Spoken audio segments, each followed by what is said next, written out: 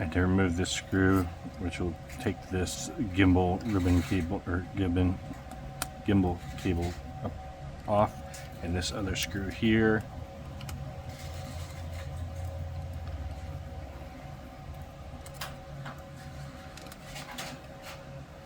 I already took off these two back screws.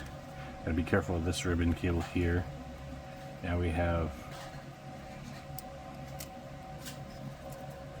this piece coming off, and now I can flip this over, but I don't want to break that cable. And I can notice that these have glue on here, but this one I can actually just pop off like that. And that way I didn't have to take off the IMU off the top.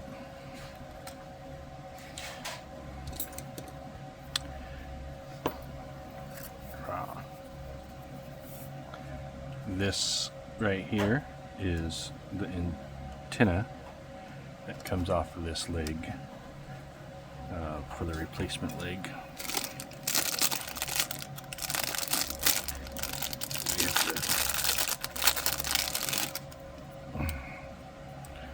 Get on here. I had said that there's the cables, power, and then this antenna. Well, I don't even know what kind of connection that is. Small antenna connection, which goes right here.